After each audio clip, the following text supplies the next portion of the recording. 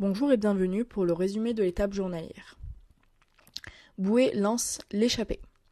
Les 193 coureurs classés la veille se présentent au départ de Troyes pour la 7e étape, avec des conditions atmosphériques aussi exigeantes que la veille, déjà 30 degrés au kilomètre zéro. La température n'empêche pas Maxime Bouet, Fortunéo, de se déclarer candidat à l'échappée dès les premiers mètres de course. Il est immédiatement suivi par Manuel Maury, UAE Emirates, Johan Genet, Direct Energy, Dylan Van Baarle, Cannondale.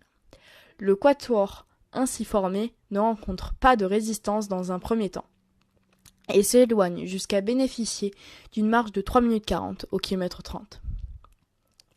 Mais les équipes Quick-Step, Lotto-Soudal et FDJ se chargent de contenir l'écart dans des proportions raisonnables, autour de 2 minutes 30.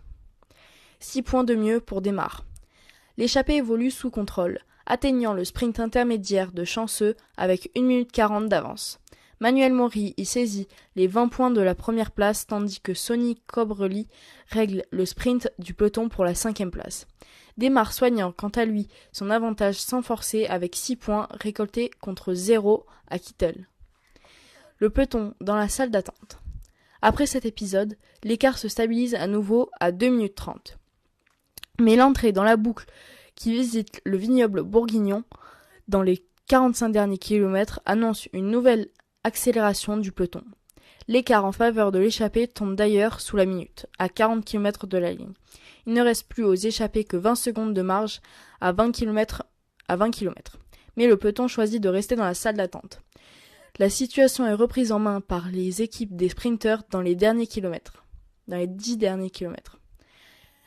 Reprenant les échappées à 6 km du but.